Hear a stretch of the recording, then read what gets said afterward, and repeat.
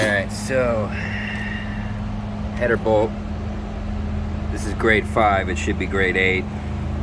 Snapped off in the head, up in there. And we're about to weld 2 of them. A nut onto that stud and spin it out. That's what I did to rig up my ground clamp. Alright, that's the ground clamp Don't there. know if it's gonna work or if it's gonna electrocute me. Just have to close your eyes and pray. Yeah.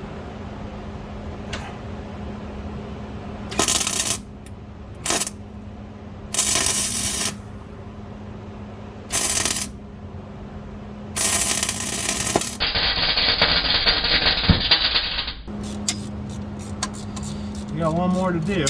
Well, yeah, plus that one on the other side. Yeah.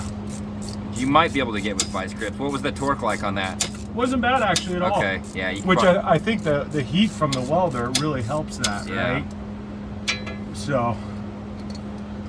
Does it feel warm, that nut, right now even? Oh, I'm sure it is. Yeah. I'm not even gonna test it. All right. There it is. Got it out. Look at the weld, just barely enough weld. Yeah, it's looking good though. I mean, it worked, right? It worked.